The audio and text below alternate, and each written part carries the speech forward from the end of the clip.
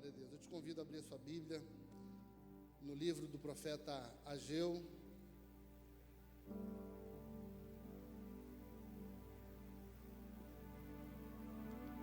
Livro do profeta Ageu.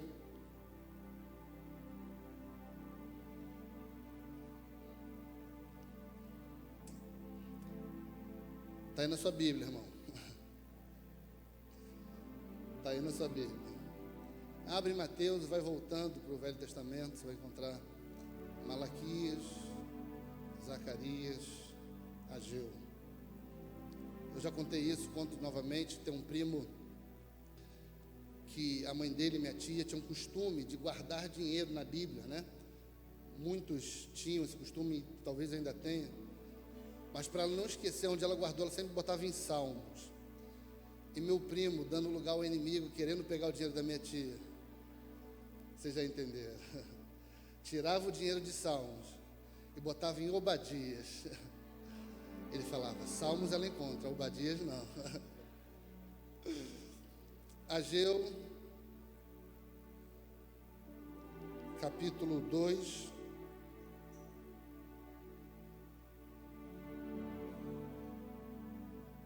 Ageu, capítulo 2, vamos ler a partir do verso 3.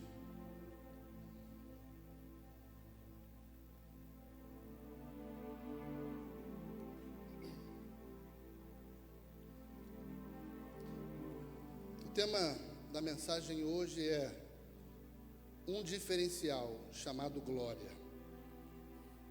Você pode dizer para o seu vizinho, um diferencial chamado glória. Agora fale para outro vizinho, eu quero ser reconhecido, não pela minha riqueza, não pela minha inteligência, mas pela glória que eu carrego.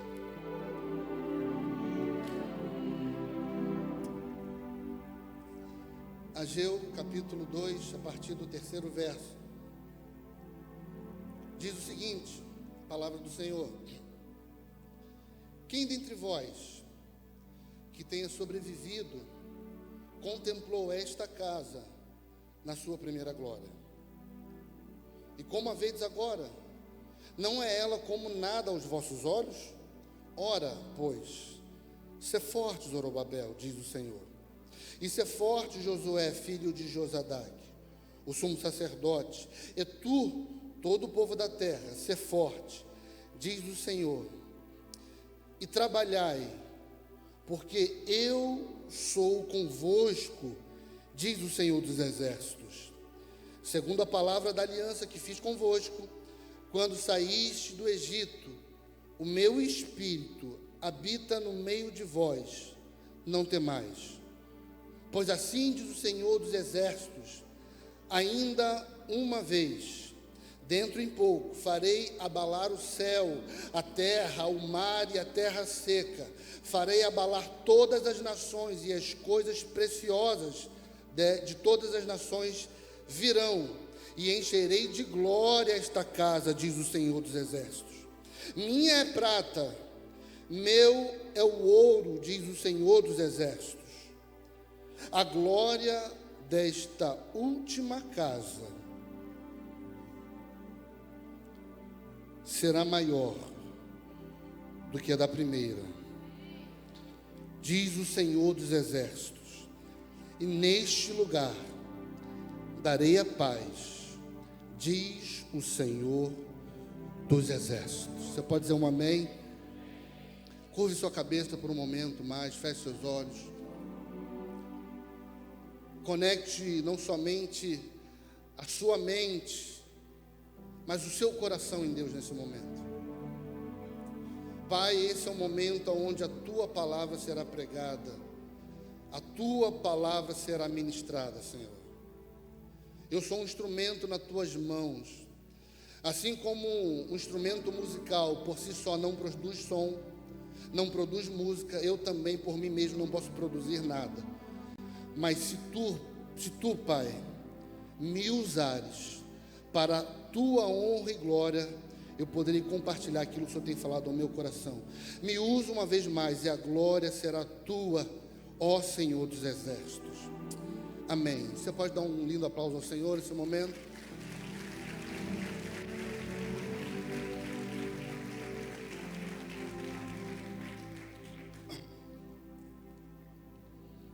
Queridos, quando nós lemos a Bíblia, eu sei que você é um bom leitor da Bíblia, lendo o livro do profeta Isaías e lendo o profeta Jeremias, vamos perceber que eles em muitos pontos vão concordar com um só tema. A pregação de ambos é uma, qual? Arrependam-se. Arrependam-se, ó Israel, ó filha de Sião, arrependam-se. E o profeta Jeremias nos conta, nos revela no capítulo 25, que pelo menos no ministério dele, ele já está pregando há 23 anos uma mesma mensagem. Que mensagem é essa? Arrependam-se. A mensagem é de arrependimento. 23 anos, um profeta pregando a mesma mensagem. Arrependam-se. Eu não sei se você tem 20 anos de crente, 23 anos, 25, mas imagine você 23 anos frequentando a igreja e todas as palavras que você ouve é sobre arrependimento. Você vai a um culto, o pastor lê a palavra e fala: o tema da minha mensagem hoje é arrependam-se. Você recebe aquela palavra, vai em outro culto e a palavra é arrependam-se. Aí vem a conferência dos jovens e o tema é arrependei-vos. Aí tem novamente um pregador de fora e a palavra é deixe o pecado e se arrependa. São 23 anos ouvindo a mesma mensagem. Quem olha isso fala: é impossível de o povo não ter se arrependido ouvindo tanto tempo a mesma mensagem. Mas pasme, o povo não se arrepende.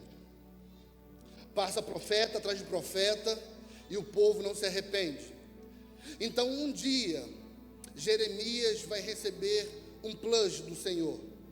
Ele vai receber algo novo da parte do Senhor. Não que ele troque a mensagem, mas ele acrescenta algo à sua mensagem. Qual é?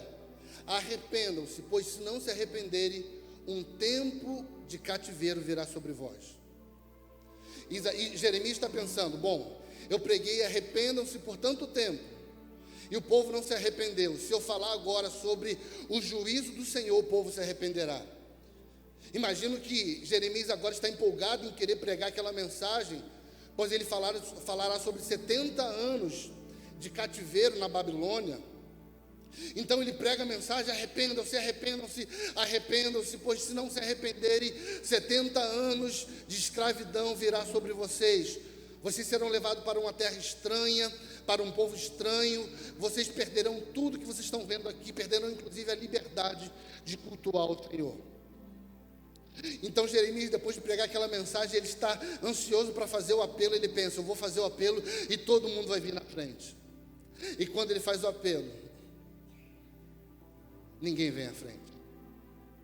Ninguém se arrepende, mesmo ouvindo a mensagem de que teria um tempo de cativeiro. Então, como a palavra do Senhor, ela é fiel, aquilo que o profeta disse da parte do Senhor vai se cumprir. O povo não se arrepende. Então Deus vai usar um rei chamado Nabucodonosor. Qual o nome do rei? Para invadir Jerusalém e levar cativo o povo daquela terra para a Babilônia. Serão 3 invasões pelo menos, e nessa última invasão é que ele vai destruir toda a cidade, vai derrubar os muros, vai destruir o templo e tudo aquilo que Salomão havia feito em relação ao templo foi destruído, reduzido ao pó. Então o povo agora vai iniciar um tempo de 70 anos no cativeiro. Porque Deus é mau? Não. Porque Deus é um Deus punitivo? Não por isso. Não por isso. Porque quem olha o povo indo para a Babilônia está falando assim: esse Deus é um Deus mau. Mas quem olha Deus permitindo Jeremias pregar a mesma mensagem 23 anos está falando assim: esse é um Deus de misericórdia. É porque Deus está dando tempo, está dando tempo. Arrependam-se, arrependam-se, arrependam-se, arrependam-se. Deus levanta um, arrependam-se. Deus levanta outro, arrependam-se. E Deus levanta um pastor, arrependam-se. Deus levanta um profeta e você não se desarma, você não se arrepende. Nós não nos arrependemos. Não, Deus fala: se não se arrepender, cativeiro está vindo ao seu encontro. Eu não queria começar essa mensagem desse jeito, mas deixa eu te falar, querido, arrependa-se, não amanhã, hoje. Arrependa-se hoje. Então o povo vai para a Babilônia, e agora na Babilônia eles começam a se recordar do tempo que eles tinham em Jerusalém. Então o salmista vai escrever o Salmo 137. Junto aos rios da Babilônia nós sentávamos e chorávamos, lembrando de Sião. Sabe o que é isso? É um momento de reflexão do povo de Deus, falando: porque eu não me arrependi? Porque eu não troquei o rumo? Porque eu não abandonei a vida de pecado? Agora eu estou colhendo tudo aquilo que eu plantei. E a Bíblia diz que tudo aquilo que o homem planta, ele colhe.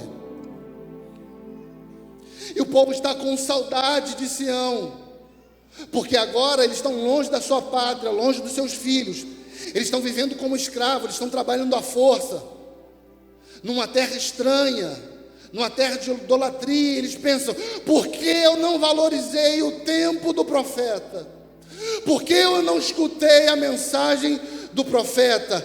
Então eu sou enfático em dizer: Deus está me usando para alguém hoje para falar: arrependam-se enquanto é tempo.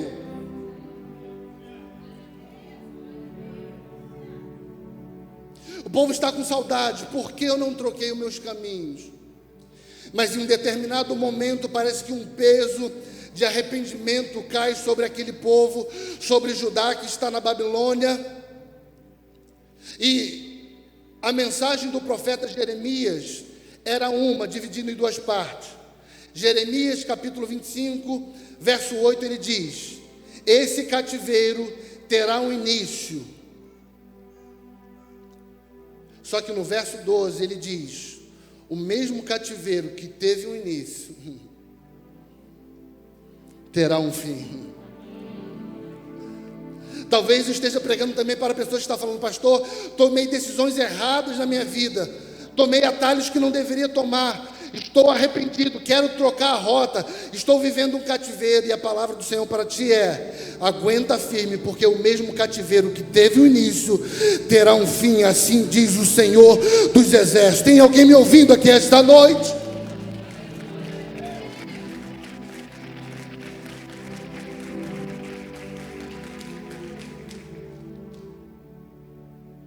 O cativeiro tem um fim. Deus vai levantar um rei chamado Ciro. E a promessa, na verdade, a profecia era 70 anos no cativeiro. Passam-se 70 anos, Deus levanta um homem chamado Ciro, a quem a Bíblia vai chamar de servo do Senhor. Um rei ímpio, pagão, idólatra, será chamado de servo do Senhor. Porque quando Deus manda, até o diabo tem que obedecer. Deus vai levantar esse homem para emitir um decreto. Qual? Aqueles que estão prisioneiros aqui hoje ganham carta de alforria. Quem quiser voltar para a sua terra pode voltar. Então agora Deus levanta um outro homem chamado Zorobabel. Qual é o nome? Uma ótima dica de nome para o seu filho. Zoro, ou Babel não. Zorobabel. Zorobabel tem uma missão de voltar ou sair da Babilônia rumo a Jerusalém, para reconstruir o templo que foi destruído. Então ele vai convocar uma caravana, um time de pessoas que estão presos, cativos ali, para que voltassem para Jerusalém, com uma missão: reconstruir o templo do Senhor. E agora, Zorobabel, ele chega em Jerusalém, e ele se depara com um caos, escombros, tudo destruído. O templo foi jogado abaixo, aquela beleza que Salomão levou 7 anos para construir, jogado abaixo, pedra sobre pedra. E eu não sei aqui quem já se deparou com uma bagunça tamanha, talvez as donas de casa se identifiquem com o meu relato. Quando o filho bagunça, o marido bagunça, o cachorro bagunça, e você está sem quem te ajude, você fala assim, eu tenho que arrumar essa casa, mas é tanta bagunça que por onde eu vou começar?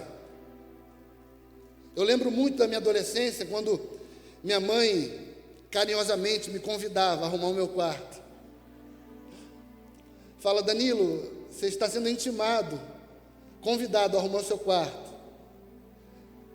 E se eu não quiser arrumar, mãe? Ela, Danilo. Falei, entendi a vossa mensagem. E quando eu olhava no meu quarto, eu falava, por onde eu vou começar? Porque era muita bagunça. E é mais ou menos assim que Zorobabel está, ele fala, por onde eu vou começar? A reconstruir o templo do Senhor. E o que fez o meu coração arder, e ao ler essa mensagem, esse texto, é que Zorobabel tomou uma decisão, qual? Já que eu tenho que reconstruir o templo do Senhor, eu vou começar pelo principal lugar, qual? O altar do Senhor. Zorobabel toma uma decisão, eu vou começar a reconstruir pelo altar, mas Zorobabel e as paredes de ouro, não interessa, eu vou começar pelo altar. Mas Zorobabel e os 60 copos, não tem problema, eu vou começar pelo altar, porque eu posso até ficar sem templo, mas o que eu não posso ficar é sem altar na minha vida. Ele toma uma decisão, eu vou começar pelo altar. Então ele começa a reconstruir o altar que estava destruído. E por quê? Eu poderia dar aqui algumas respostas. Primeiro, por quê? Porque altar sem templo, eu tenho adoração. Mas templo sem altar não passa de enganação. O problema é que nos nossos dias tem se levantado muitos templos e poucos altares. O problema é que nos nossos dias, o que tem feito fama é templo, não é altar. Mas eu tenho saudade de um tempo onde o templo não era tão importante, lugarzinhos pequenos, casas pequenas, mas um altar ali erguido, e a presença do Senhor era manifesta.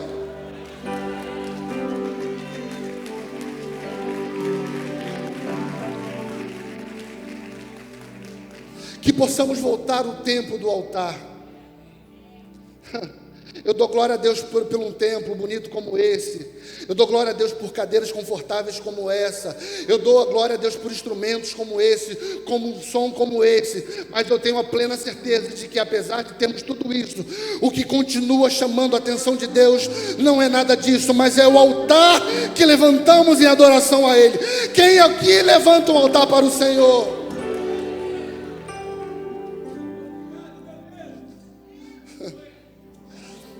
Às vezes eu recebo convite, pastor, você pode vir pregar na minha igreja? Eu posso, meu filho, mas olha só, nós não temos uma grande oferta, não tem problema. Minha igreja só cabe 40 pessoas, não tem problema. Aí tem um altar verdadeiro. Aí tem um altar verdadeiro. Que a nossa paixão continue sendo pelo altar do Senhor. Diga para o seu vizinho, eu sei que você gosta disso. Fala assim, perca tudo, perca até o templo, só não perca o altar.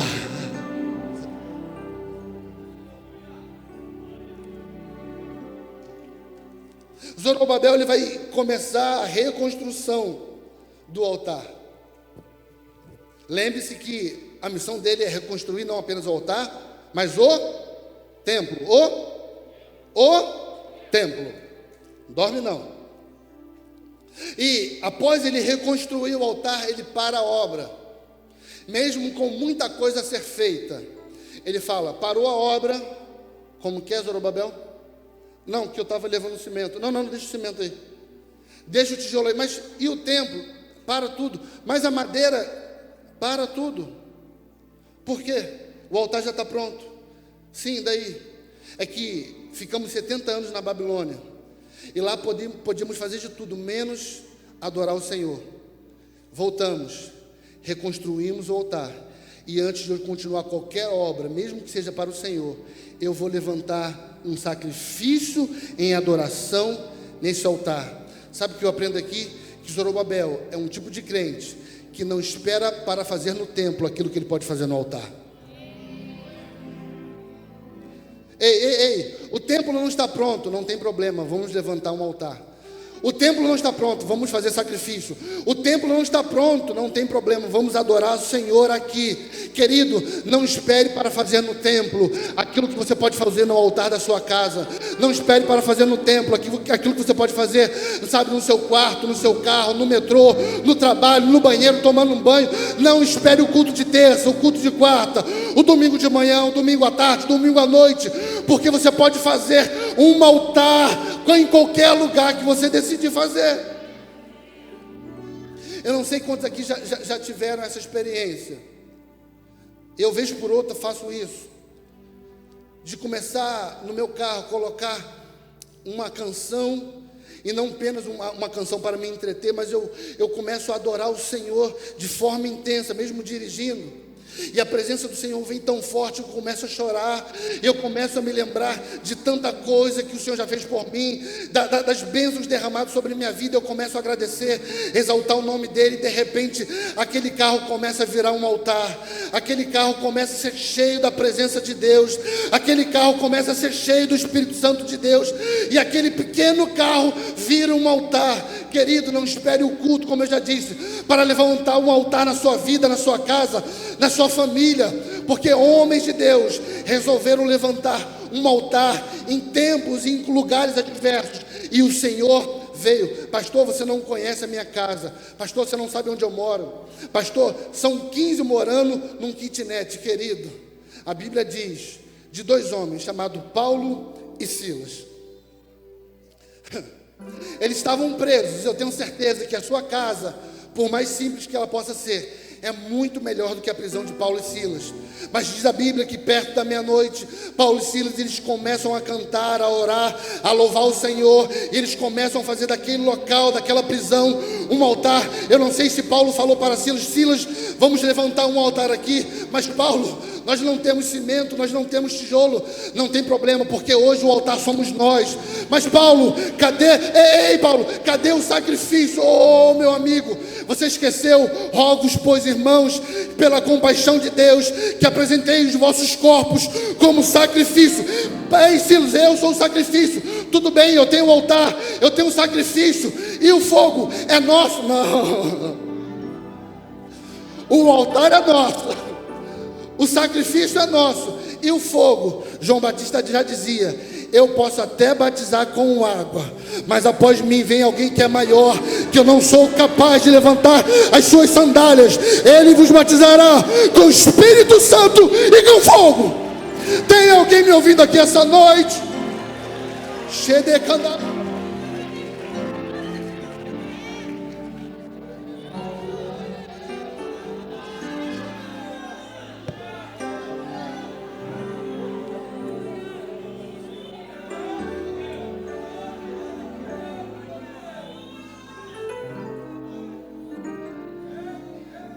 E porque um altar foi levantado naquela prisão, cadeias se quebraram, houve libertação, houve salvação. Querido, tem muita gente pedindo: Senhor, liberta. Deus está falando: levanta um altar. Senhor, traz aquele que saiu. Deus está falando: levanta um altar. Senhor, abre porta. Deus está falando: levanta um altar.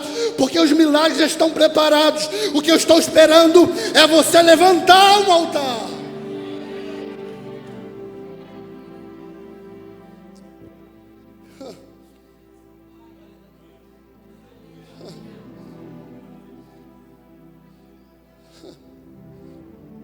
Zorobabel, ele levanta um altar,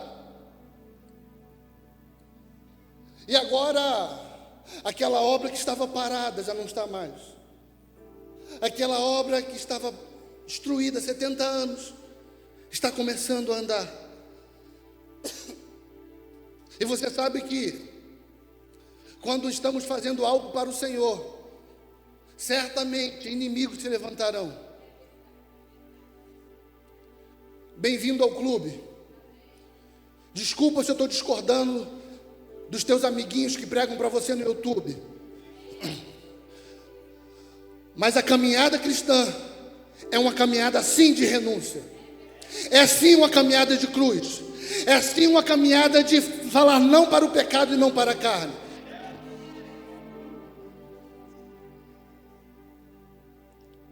E levantar um altar. Em Esdras, capítulo 4, vai dizer que os samaritanos vão chegar perto dele para falar: posso ajudar vocês? Entenda que nessa época os samaritanos eram inimigos declarados do povo de Judá.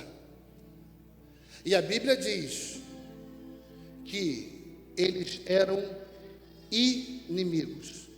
Na minha versão diz adversário. E os adversários de Judá agora estão oferecendo ajuda. Eles estão falando: ei, deixa eu participar com você nessa obra aí. Interessante, ponto 1. É que na hora do altar não apareceu ajuda, mas na hora de levantar o templo sim. Por quê? Porque o altar fala de sacrifício, templo fala de aparição. Então entenda, não aceite ajuda de quem não quer sacrificar contigo, mas quer aparecer contigo. Altar fala de sacrifício. Tem gente quando você chamar para vamos levantar um altar em oração, rapaz, você pode me ligar amanhã? Vamos entrar numa campanha de jejum comigo por uma causa impossível? Que eu estou com remédio, com hora marcada, e você sabe como é que é, né? Vamos orar comigo por uma semana? Rapaz, o meu trabalho não permite, gostaria até muito, mas quando eu for dormir, eu oro por você. Porque na hora do sacrifício, as pessoas somem, fogem. Mas diz que está levantando um altar de $1 milhão. Você já tem diácono? Cuidado com aqueles que fogem do sacrifício e aparecem só no templo. A Bíblia diz que os inimigos vão oferecer ajuda. Eu disse amigo ou inimigo? Inimigo. Agora entenda que os inimigos não estão declarando guerra, eles estão oferecendo ajuda. Por quê? Porque muitas das vezes a primeira atitude do inimigo contra a sua vida não vai ser declarar guerra, pelo contrário, vai ser oferecer ajuda. Eu posso te ajudar no teu ministério? Eu posso ser o seu segundo? E você está falando resposta de oração, Deus fala: sai que é laço. Porque, entenda, ei, preste atenção. Ajuda de inimigo não é ajuda, é emboscada. Ajuda de inimigo não é ajuda, é emboscada. Mas pastor, serve ao mesmo Deus que eu, é da mesma igreja que eu. Diz o texto que os samaritanos vão falar para Zorobabel: deixa eu ajudar vocês. Zorobabel pergunta: por quê? Porque nós adoramos o mesmo Deus que vocês. Em outras palavras, deixa eu ajudar vocês. Por quê? Porque eu estou na mesma igreja que você.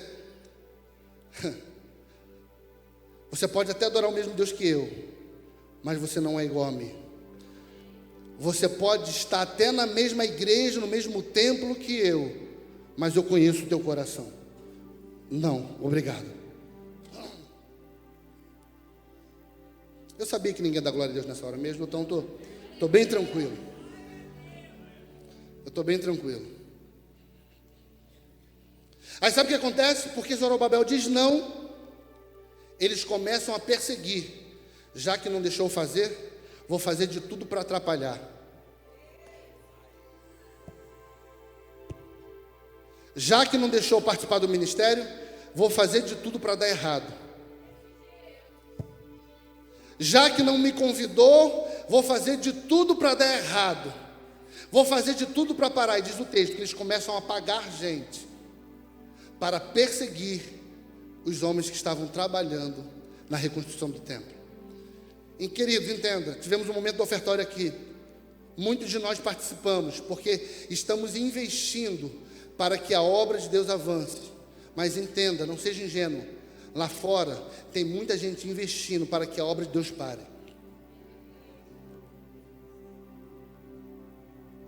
Não, muito obrigado.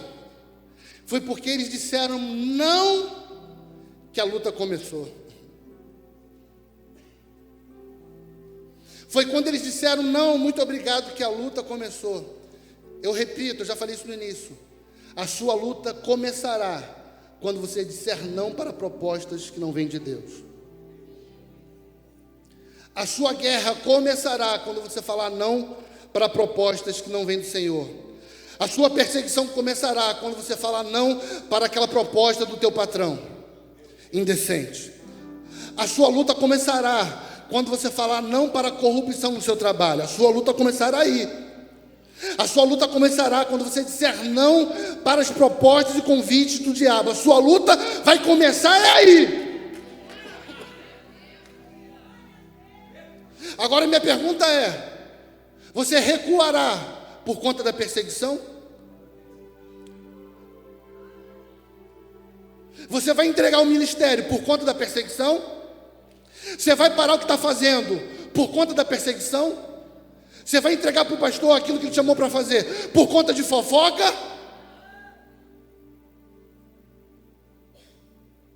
A sua luta, a nossa luta, começará quando dissermos não para o diabo.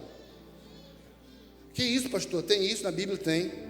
A Bíblia fala de 3 homens, 3 jovens: Misael, Ananias e Azarias, Sadraque, Mesaque e cabeça de negro. Não é esse o nome? Esses 3 homens, esses 3 jovens, receberam uma proposta: qual? Se curvem, adorem, prostrem-se perante a estátua. Eles resolveram falar não. A luta deles começou ou acabou ali? A nossa luta começará quando dissermos não. Se prostre, não me prostre. Ajoelhe-se, não me ajoelho. Adore, não, só adoro aquele que é digno de honra, louvor e adoração. Jeová é o seu nome. Se não adorar, se não se prostrar, jogo na fornalha. Então vai ter que jogar, porque eu não vou adorar. Você acha que eu estou brincando? Aquece 7 vezes mais, querido, entenda bem. Fogo é fogo. Fogo queima. Para que aquecer 7 vezes mais? Se já queima. É porque a sua luta intensificará quando você disser não ao diabo. Só que tem uma coisa: a sua luta pode começar, mas junto com a sua luta vem um homem que é conhecido na Bíblia como o 4º homem da fornalha. Você não está sozinho nessa guerra. Você não está sozinho nessa guerra. Ele pode fazer barulho, pode fazer fofoca, pode pagar quem quiser, mas o guarda de Israel está contigo nessa guerra.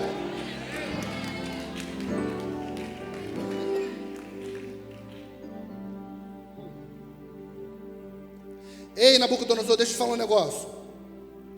O Deus a quem eu sirvo tem poder para me livrar, para nos livrar. Agora, entenda: se Ele não quiser livrar, não tem problema, porque eu não estou adorando por aquilo que Ele está fazendo, mas eu adoro por aquilo que Ele já fez em mim.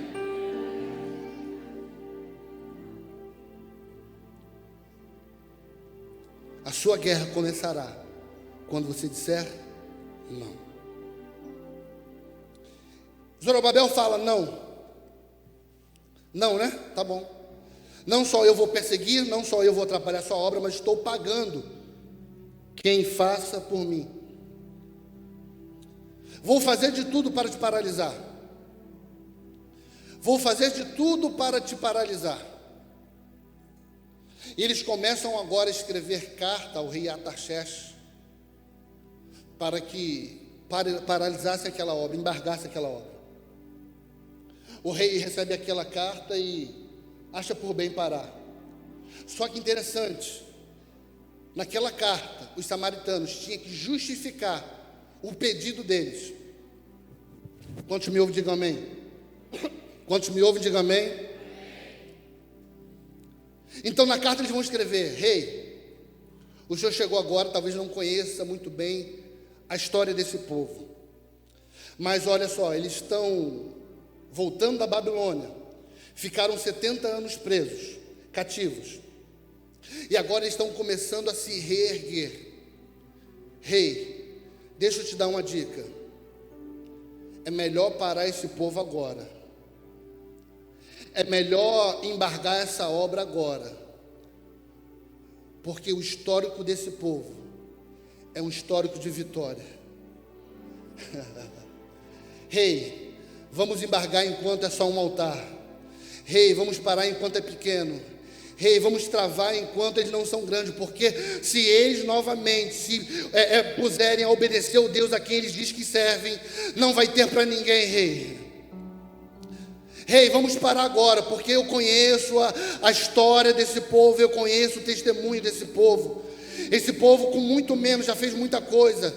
Esse povo com muito menos já destruiu reis e reinos grandes, maior que você. Rei, é melhor parar esse povo agora, porque eu conheço o poder desse povo se eles estiverem de pé. Tem gente já entendendo aqui. Sabe por que dessa guerra? Mas pastor, comecei agora e a guerra já está tamanha. Pastor, eu tenho 2 anos de convertido e parece que a guerra é de alguém que já está há muito tempo na igreja. Sabe, querido, entenda. É porque o diabo sabe a força que você tem quando estiver maior. Então tudo que ele quer fazer é paralisar você agora, quebrar o teu ministério agora, destruir tua família agora, porque ele sabe que se você se colocar na posição, obedecer os mandamentos do Senhor, o Senhor poderá fazer maravilha através de você, e o inferno certamente será saqueado. Não entendo o porquê dessa luta. É porque o diabo sabe que você vai dar trabalho. Entenda, o diabo tanto sabe disso, que ele quis matar Moisés, não era quando Moisés tinha 40, é quando Moisés era bebê. O diabo movimentou o inferno para matar Jesus, mesmo que ele talvez não soubesse quem era, ou quem fosse, não quando Jesus tinha 30, começando o seu ministério, é quando Jesus era bebê, porque por mais que ele não soubesse o que Jesus faria na sua totalidade, ele sabia do poder que tinha nele, ele sabia do poder que tinha em Moisés. Quantos me ouvem, digam amém. Só que esse povo, Zorobabel e toda essa turma, se deixa influenciar pelas vozes contrárias. Então eles vão parar a obra, eles vão deixar a obra de lado, eles vão abandonar aquilo que eles estavam fazendo, porque foram acometidos de um problema que nos persegue até hoje: palavras contrárias. Vamos parar a obra, por quê? Porque os samaritanos estão nos perseguindo. Vamos parar a obra, por quê? Porque a guerra está forte. Vamos parar a obra, porque só assim nós teremos paz. Talvez eu esteja pregando para pessoas aqui que têm um lindo ministério, mas parou por conta da perseguição. Tem uma linda carreira dentro da igreja, mas parou por conta da perseguição. Não, pastor, eu entreguei porque, sabe, chega de confusão na minha mente, chega de problema na minha casa, chega de luta, de batalha espiritual, eu não quero isso mais. Eu entreguei o ministério, eu parei, eu enterrei. E o diabo está feliz, e o diabo está aplaudindo. Conseguimos, paramos eles. Uma flecha atingiu o alvo do teu coração e você parou. Uma palavra vindo direto do inferno atingiu o seu coração e você desanimou.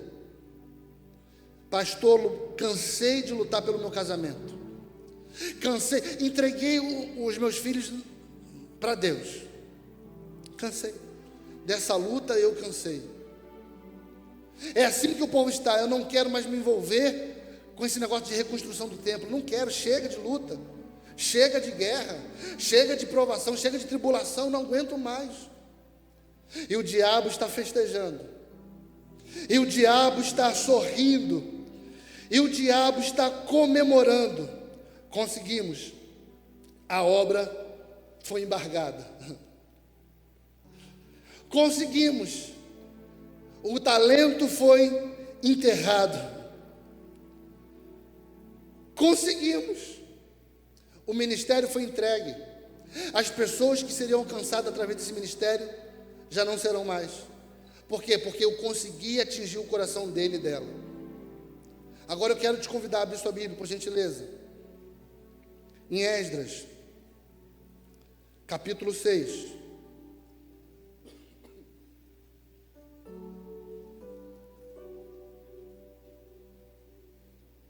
Esdras, capítulo 6.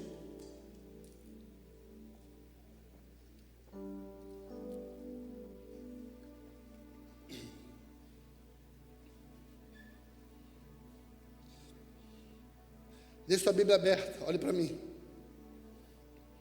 Deus vê que a obra está parada, vê que o povo está acuado, vê que ninguém quer mais se envolver com a obra de Deus. Então Deus vai levantar dois homens, Ageu e Zacarias. Para quê, pastor? Para que eles pudessem pregar, profetizar para aquele povo que estava desanimado. E Esdras capítulo 6, verso 14, vai nos falar justamente isso. Você achou? Diga amém.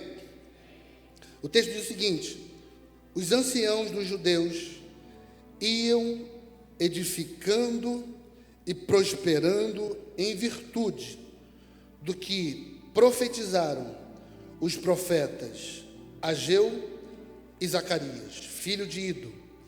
Edificaram a casa e a terminaram segundo o mandado de Deus de Israel e segundo o decreto de Ciro, de Dario e de Artaxerxes, rei da Pérsia.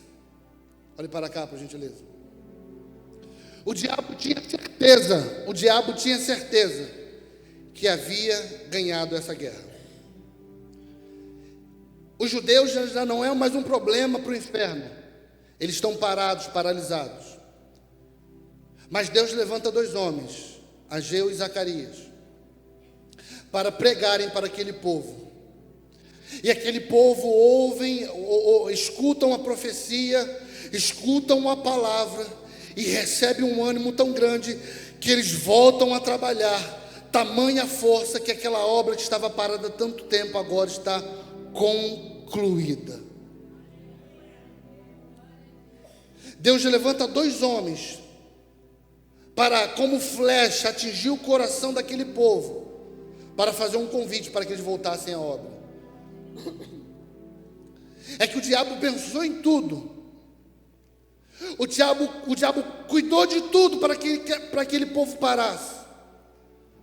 Mas o diabo esqueceu de uma das melhores ferramentas de Deus aqui na terra. Qual é, pastor? A pregação da palavra. Ei, Deus levanta dois homens, fala assim: vai lá pregar para o meu povo. Mas eles estão desanimados. Sim, é por isso que estou mandando pregar para ele. Manda que eles se levantem, voltem ao trabalho, porque essa obra ainda não terminou.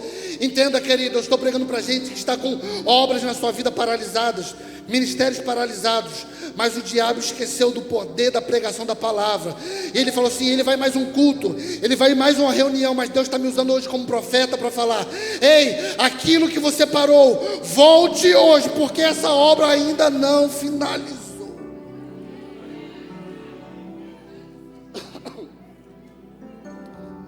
O diabo esqueceu do poder da pregação da palavra. Eu não sei se esse povo de Judá foi a uma vigília, a um culto, e os pregadores eram Zacarias e Ageu. Eu não sei quem pregou primeiro, só sei de uma coisa: o povo foi, recebeu a palavra e saiu disposto a voltar a trabalhar naquilo que eles tinham parado. Ei, o teu ministério não para aqui. Ei, tua casa não acaba aqui. Ei, teu casamento não acaba aqui. Teus filhos voltam para a igreja. Ei, teu ministério, Deus vai te usar muito. Volte ao trabalho.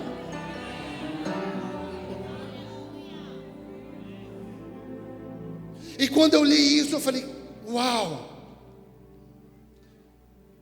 uau, como eu queria estar nesse culto.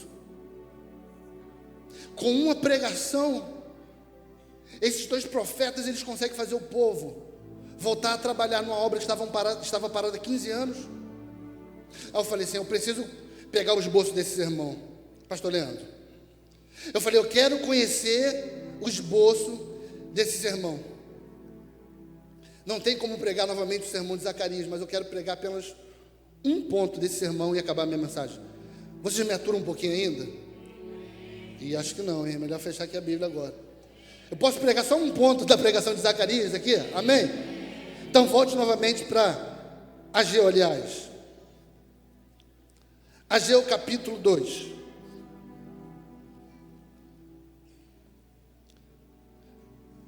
Ageu capítulo 2, o texto que nós lemos no início.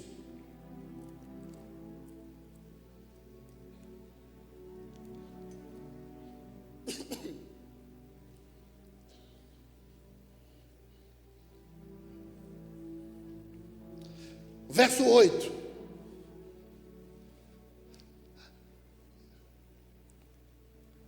Verso 8, capítulo 2 de Ageu, verso 8. A introdução da mensagem dele foi a seguinte: minha é a prata e meu é o ouro, diz o Senhor dos exércitos. Agora volte novamente ao verso 4.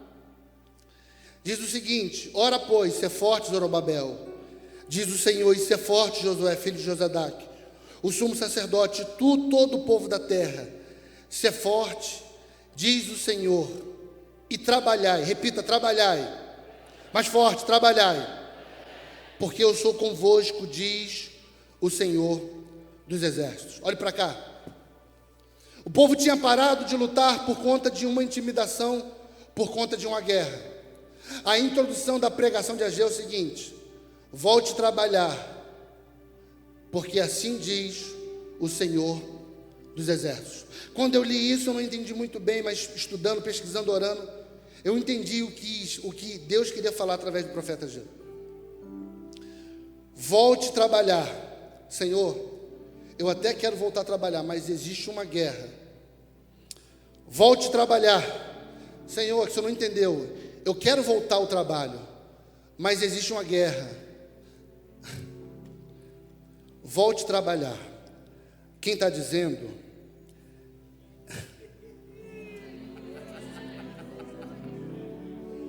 Quem está dizendo é o Senhor dos exércitos. Volte a trabalhar. Volte a trabalhar. E a guerra? Volte a trabalhar. E a peleja? Aqui está falando daquele que nunca perdeu a guerra. Volte a trabalhar. Mas e a guerra? Aqui está falando é o Senhor dos exércitos. Volte a trabalhar. Mas e a guerra? Está falando com aquele que quando eu ajo ninguém pode impedir. Volte a trabalhar. Deus está falando para alguém que volte a trabalhar. Senhor, e a guerra? A guerra não é mais tua. A guerra é minha. Contigo é só trabalho. A guerra é minha. Volte a trabalhar. E a guerra, Senhor? A guerra é minha. Volte ao ministério. E a luta é minha. Agora eu entrei na batalha. Se preocupe com o trabalho, que com a guerra se preocupa eu. Volte a trabalhar. Assim diz o Senhor dos exércitos. Essa é a introdução da pregação de Ageu. Mas eu não vou pregar o resto hoje não.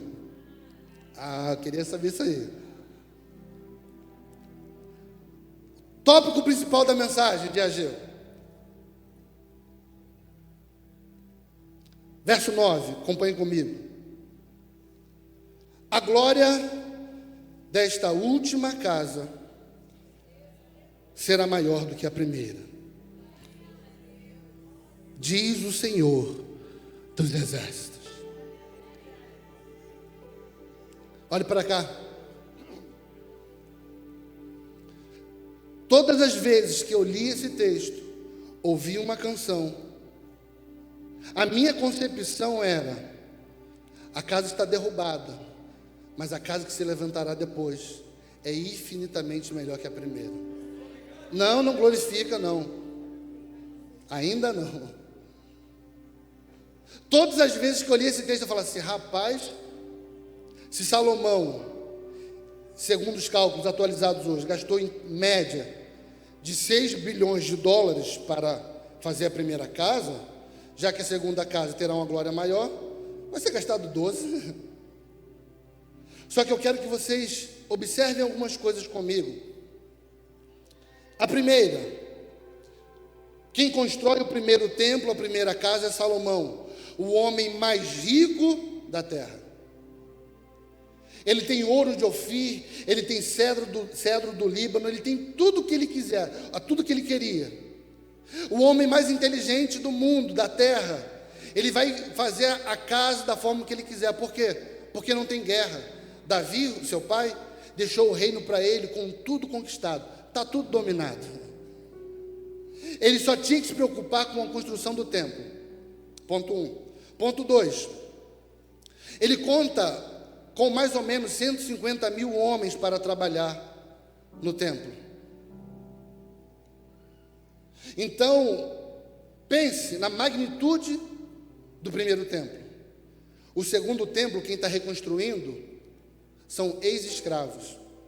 Eu te pergunto, quem tem mais condição financeira para reconstruir o templo? Os escravos ou Salomão? Salomão. Ponto 1. Ponto 2. Esdras, capítulo 3, diz que quando é lançado a fundação do templo, os velhos, os antigos sacerdotes, eles choram, porque eles estão lembrando do primeiro templo. Eu pergunto, bom, se o templo novo é mais bonito e melhor, por que eles estão chorando? Não faz muito sentido. Se a glória da segunda casa ou da última casa é maior, por que eles estão chorando? Talvez não seja a estética que eles lembravam. E por último, Ageu, capítulo 2, verso 3. O próprio profeta está falando: quem dentre vós que tenha sobrevivido contemplou esta casa na sua primeira glória? E como vedes agora?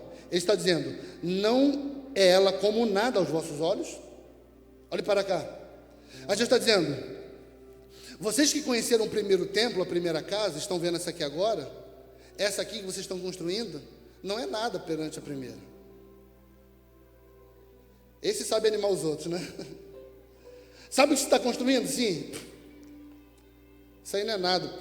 A primeira que era o templo, essa que vocês estão fazendo, não é nada.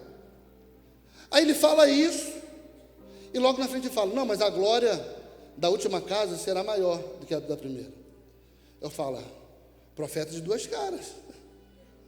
Porque primeiro ele fala que a casa é muito feia, que a primeira que é melhor. Agora a glória da segunda que é maior. Entenda, querido. A primeira casa é muito mais bonita do que a última. A primeira casa tem uma beleza e uma arquitetura muito maior do que a última casa. O esplendor da primeira casa é muito maior. Já a glória,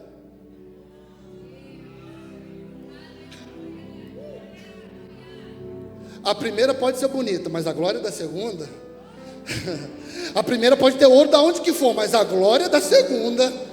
A primeira pode ter LED, pode ter ar-condicionado, mas a glória que se manifestará na segunda casa será muito maior do que na primeira. Tem alguém entendendo aqui? Deixa eu te explicar melhor. É como se a gente estivesse falando para o povo: entenda, vocês podem até chorar, porque por muito tempo Vocês, Judá, vocês, Jerusalém, foram reconhecidos pela beleza do templo de vocês.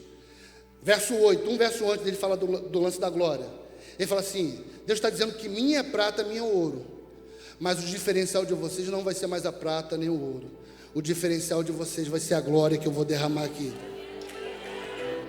O diferencial de vocês não vai ser a prata, a riqueza, não. Será um templo bonito, sim, porém simples, para que o diferencial de vocês seja a glória. Ei, querido, Deus está falando conosco hoje. O que será o diferencial da nossa igreja, profetizando as nações, não será a LED, mas será a glória que será derramada nesse local. Eu peço a Deus que tenhamos um ministério de música muito bom, mas não seremos reconhecidos pela nossa música, seremos reconhecidos pela glória que Deus derramará aqui, sabe? Teremos um kids lindo, estacionamento coberto, um templo muito grande, mas não seremos reconhecidos por nada disso. Seremos reconhecidos pela glória que Deus derramará aqui. Ei, pessoas virão de todo o mundo, de todas as nações, não por conta do nosso LED, não por conta do tamanho do templo, não por conta do som, mas pela glória que Deus derramará aqui, porque a glória da última casa será muito maior do que a da primeira.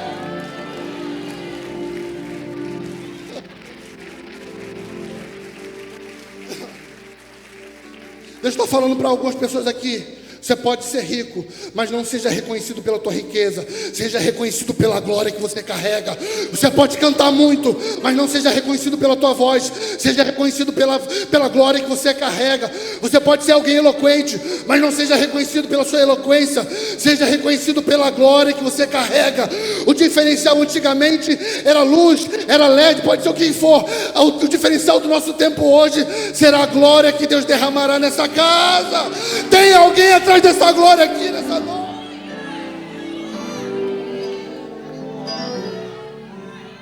Aleluia.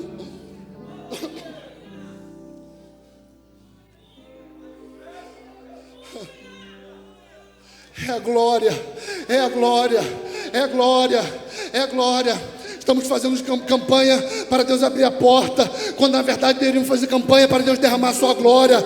Estamos fazendo campanha para tanta coisa, quando na verdade deveríamos estar fazendo campanha, orando, jejuando, para Deus derramar a sua glória.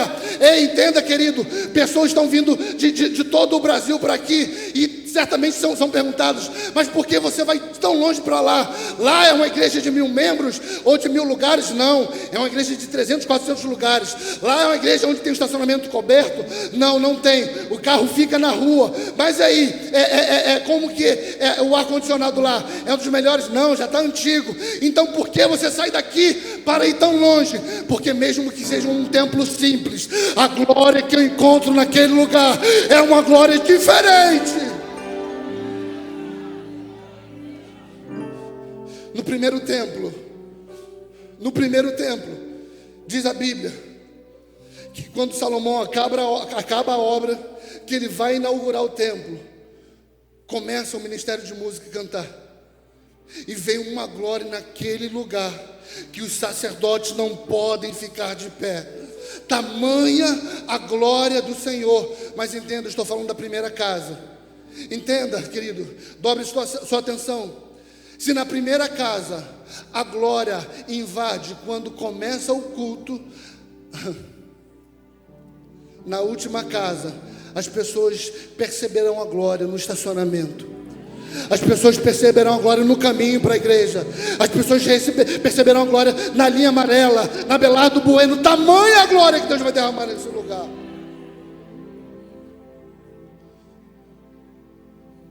O segundo templo não é tão bonito quanto o primeiro, mas a glória.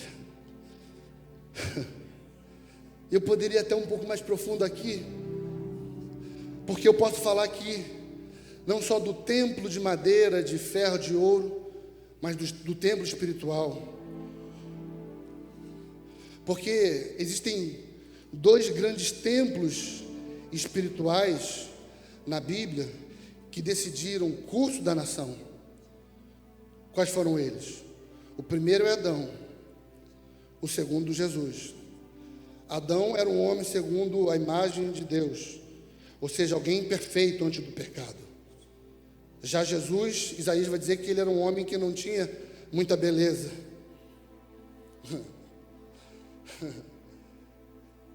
é que o primeiro templo, Adão, carregava uma glória.